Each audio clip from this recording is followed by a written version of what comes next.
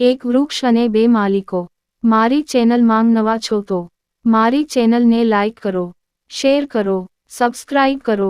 ધન્યવાદ. એક વખતે દરરોજની જેમ સમ્રાટ અકબર દરબારમાં બેસીને પોતાની પ્રજાની સમસ્યાઓ સાંભળતો હતો.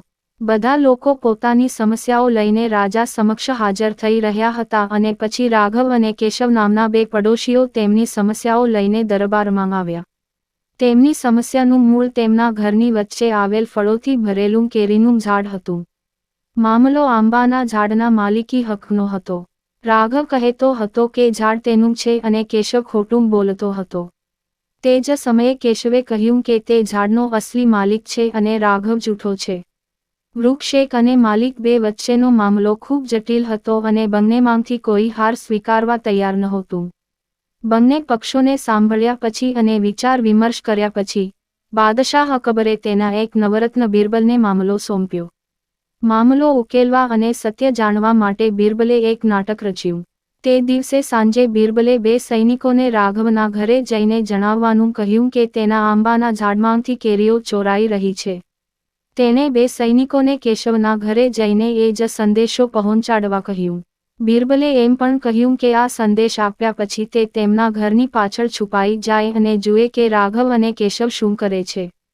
બિરબલે એમ પણ કહ્યું કે રાઘવ અને કેશવને ખબર ન હોવી જોઈએ કે તમે કેરીની ચોરીની માહિતી લઈને તેમના ઘરે જઈ રહ્યા છો. સૈનિકોએ બિરબલના કહેવા પ્રમાણે જ કર્યું. બે સૈનિકો કેશવના ઘરે અને બે રાઘવના ઘરે ગયા. જ્યારે તેઓ ત્યાં પહોંચ્યા ત્યારે તેમને ખબર પડી કે રાઘવ અને કેશવ બંને ઘરે નથી. તેથી સૈનિકોએ તેમની પત્નીઓને આ સંદેશ આપ્યો. જ્યારે કેશવ ઘરે પહોંચ્યો ત્યારે તેની પત્નીએ તેને કેરીની ચોરી અંગે જાણ કરી હતી. આ સાંભળીને કેશવે કહ્યું, હે ભાગ્યશાળી, મને ખવડાવો. કેરીની શોધમાં હવે હું ભૂખ્યો કેમ રહીશ? અને કયું ઝાડ મારું પોતાનું છે? ચોરી થતી હોય તો થવા દો. સવારે જોઈ લઈશું. આટલું કહી તે આરામથી બેસી ગયો અને જમવા લાગ્યો. તે જ સમયે જ્યારે રાઘવ ઘરે આવ્યો અને તેની પત્નીએ તેને આ વાત કહી તો તે ઝાડની જેમ દોડી ગયો. તેની પત્નીએ પાછળથી બૂમ પાડી, અરે, કમસે કમ ખાવાનું તો ખાઈ લો. જેના જવાબમાં રાઘવે કહ્યું, હું સવારે પણ ખાઈ શકું છું, પણ જો આજે કેરીઓ ચોરાઈ જશે તો મારી આખા વર્ષની મહેનત વ્યર્થ જશે. સૈનિકોએ તેમના ઘરની બહાર છુપાઈને આ આખું દ્રશ્ય જોયું અને દરબારમાં પાછા જઈને બિરબલને કહ્યું. બીજા દિવસે બંને ફરી કોર્ટમાં હાજર થયા.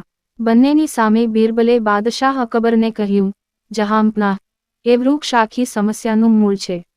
આપણે તે ઝાડ કેમ કાપતા નથી? ત્યાં વાંસ નહીં, વાંસળી વગાડશે નહીં.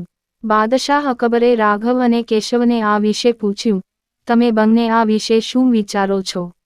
આના પર કેશવે કહ્યું, સાહેબ, તમારો નિયમ છે. તું જે કહે તે હું ચૂપચાપ સ્વીકારીશ. રાઘવે કહ્યું, માસ્તર, મેં એ ઝાડને 7 વર્ષથી પાણી પીવડાવ્યું છે. જો તમે ઈચ્છો તો કેશવને આપો, પણ મહેરબાની કરીને તેને કાપશો નહીં. હું તમારી સાથે હાથ મિલાવીશ.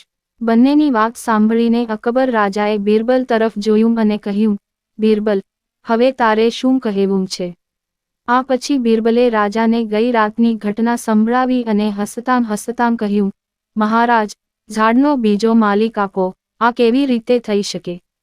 ગઈકાલે રાત્રે બનેલી અને આજે જે ઘટના બની તે પછી સાબિત થઈ ગયું છે કે ઝાડનો અસલી માલિક રાઘવ છે અને કેશવ ખોટું બોલી રહ્યો છે.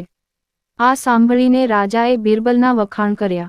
તેણે રાઘવને તેના અધિકારો માટે લડવા બદલ અભિનંદન આપ્યા અને કેશવને ચોરી અને જૂઠું બોલવા બદલ જેલમાં ધકેલી દેવાનો આદેશ આપ્યો.